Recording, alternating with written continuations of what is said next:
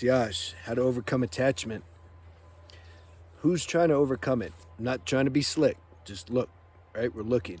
Who's the attachment making attached? It's obviously in the mind, right? It's what are we talking about though? Let's use an example. What's the most common attachment? I'd have to say it's probably relationships. Let's say you're in a relationship, the relationship ended, but you're still attached to the person. Why? How do you overcome that? Let's assume you want to overcome it. Some don't.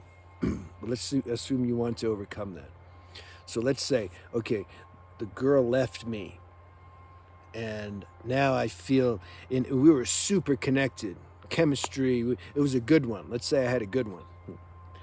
Let's say I had one of those soulmates, twin flames, if you like that word. And then it ended. Cut.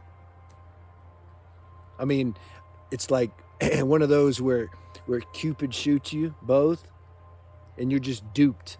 You just got to be together. There's nothing you can do about it, like that. Your hearts were merged, all the energetic cords are in there. You had sex and everything, so you're just locked. And then let's say she, can I say this example? But the girls might get mad and think I'm saying that girls are all gold diggers. I'm not. Just for illustrative purposes, let's say she found another soulmate, and this soulmate maybe had a little more money than me or something. No, let's say she wanted to have children. I didn't want to, but this one did. And so it's like her heart just kind of changed. Started going that way now. And I'm like, oh man, what am I going to do? How do I get her back? Because when you're connected like that, you're in them. You're like, I'm in her. Like a part of, she like took my heart. Like, I'm like, give me my heart back. But I want her back. Like I got to get the heart back. I need her back. This is how it's perceived.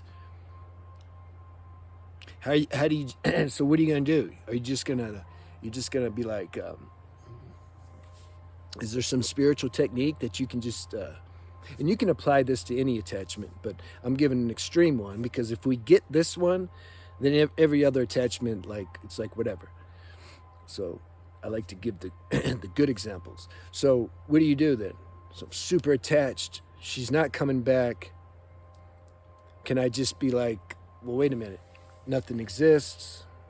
She doesn't exist. I don't exist. The love, actually, that's just apparent, doesn't last. Okay, there. I feel better now. I'm not attached. Does that work like that? Can you non-dual it away? See, I think a lot of people that make spiritual videos, particularly non-dual videos, they don't even know what that is. They don't even know what that experience is, where you're deeply experiencing that level of love with somebody, and then it ends. That's a true heartbreak. Have you experienced that? Don't leave this life without experiencing it at least once. I've experienced it a few times. That's why I'm good now. I was telling somebody, I just don't have any, that karma's not there now. So, how do we get rid of that attachment? See, we didn't address that's the $1 million question. It's like, okay, so you're in a state of deep attachment. You know that it's like, we don't, this isn't serving anybody. I'm losing peace over this and sleep probably. How do I just let this attachment go? My higher nature's not attached, so what's the problem? I should be able to just see through this. Let me let it go. It's my ego that's holding on. What's the problem? Just let it go. That's the ego saying the same thing. Ego's holding on, and the ego mind is saying, you should just let it go. Quit being so weak. You know you're stronger than that. Let it go. Don't let go. Mind's playing both sides. So is there any simple way to let go, to be free of that attachment? I think you know the answer inside. And the answer is no. There's not. There's just no way. You got to go through that. These are the, this is the, you can't extract the real spiritual vitamins and minerals unless you go through that. Those minerals and vitamins are hiding inside that experience. They don't sprout. They got to pop out and then you catch it in your mouth. That's not going to happen until you go through that experience. The consciousness wants to experience that. It wants to experience a deep sense of unity and human love, and then it wants to experience the breaking of that. And then it wants to experience the transcendence of that. That takes time. You can't just do all that in one setting, in one moment. Now then, so then people will say, well, your higher, there is nothing happening though. Your true self, it's just, all this stuff that I'm describing is taking place in your true self. So why, hey bro, why are you focused on that? Yeah, bro, why don't you go, I want to talk to you when you've been in one of those relationships. How about that? It's easy to non-dual and talk poetic about something from the mind. Most people don't know what this true love is. They can give some poetic non-dual, words about it. Love is when you see the infinite and there's no more you and there's just God or whatever. I don't know. I'm not a poet. Can you tell? So you can't escape these certain experiences and lessons that the consciousness wants to experience. It doesn't make you what if you experience that, that means now like you're sleeping or you're not awake. You think an awake person isn't going to experience any intense emotions or situations? I made a video. I got to upload it. The misconceptions or concepts about awakening. Or do you think, so somebody said, well, no, they experience it, but it's just different. Oh, it's different? What does it mean? Well, it's not so deep. It's not, these are all concepts. You don't know what their experience is. You think the ones that make videos and are on stage speaking, that if they're in experiencing something like this, that they're going to come out and just tell everybody, oh man, I'm really, no, you're not going to hear from them. They're not going to share that. Not necessarily because they're like embarrassed, but it's like, what's the point? There may not be any reason to share it or something. But as long as you're in a human form, you're not exempt from this experience in life. And our higher self chooses some more intense experiences than others. Jesus's life was pretty damn intense, at least that last bit. So put your favorite guru in his situation. How do you think he'd act? So what you do is you allow yourself to experience this attachment, this karma that's being burned. You sit with it. You don't blame the situation. You don't blame your feelings on something else. This is a common thing people do in heartbreaks. When they get their heart broke, they blame the other person. I did it too, but I caught it pretty quick. I'm like, wait a minute, damn it. I want to blame her so bad because I don't want to own what I'm feeling. It's too intense. It's somehow, it makes me feel better if I just make her fault. Then it's somehow, I don't feel so weak or something. This was playing somehow in the mind. I saw that later. It's like, no. It's like step 10 in the 12 and 12 book. It says, anytime I'm disturbed, it's my fault. I got to look inside. Like what? Why? What? Leave the other person or situation out of it entirely.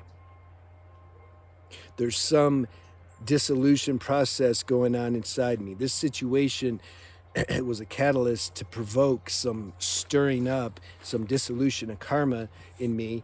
I need to own that. I need to be with that.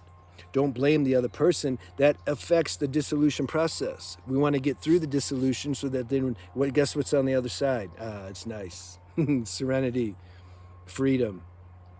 But these karmic things, that attachments that the the consciousness picked up because it wants to taste transcendence, we got to let that burn out. We got to let life administer a situation or experience that's gonna show these karmic things that we're here to transcend. It's going to bring them up for dissolution. That's the opportunity there. And then you're stronger afterwards, and then you have more wisdom, and then you can help others. And you're more free. And then if it happens again, it doesn't hurt so bad. That's also fun.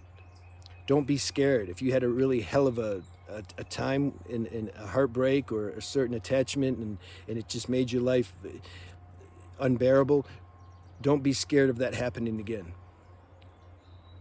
I told a girl once, I felt that way, and I told her, like, when I was in the midst of it and it was ending, I said, you know what? I'd do this again, man. Because it gets easier. If you have a spiritual practice and a sadhana, somehow you're not going to be so deep in the grip of the emotional consequences of this attachment. And that's what we got to do. You let the attachment be there. You let it come up really strong and then die down and disintegrate in its natural process, while you do your self-remembering as best as you can. Because you're aware of this whole experience happening. Obviously, the consciousness that's aware of it isn't suffering it. Obviously. But does that mean that you're not going to feel or experience a state of or emotion of suffering and pain? No, it doesn't mean that. That's still going to be there. I guarantee when they were nailing Jesus that he felt that pain, but at the same time, there was a higher part of him, the consciousness, that was above that. That's how he was able to ask God in the midst of being tortured, God, forgive them. They don't know what they're doing, man. Both were in operation. He was suffering, for sure, but he wasn't totally, there was still awareness of his higher self, his God essence. Apply that to your situation. So what does it mean? Jesus was less awake because he was feeling so much pain? You see, the mind comes up with stupid things. It says if we're experiencing that, we shouldn't be experiencing what we're experiencing, because if we're experiencing this, then we wouldn't be awake. This is what the mind tries to come up with, and then it'll project that on other people too. Oh man, he's feeling this or acting this way. That means he's not awake. Who's awake or who's not awake? Our pure consciousness is beyond awake. This whole awakening thing is for the human program, which never really ever gets awake anyway. Not 100%. So it's like, what are we talking about here? Why are we so obsessed with this concept about being awake? If our true self doesn't know anything about being awake, number one. Number two, the human self can never be totally awake. Can't we just drop the whole thing now and just chill? We just talk like this and be spontaneous, and God enjoys like this. But there's no real goal here. Oh, I'm trying to wake up. Who's waking up? And what does it take to wake up? All right? Investigate that. All right. See you. And get in a relationship.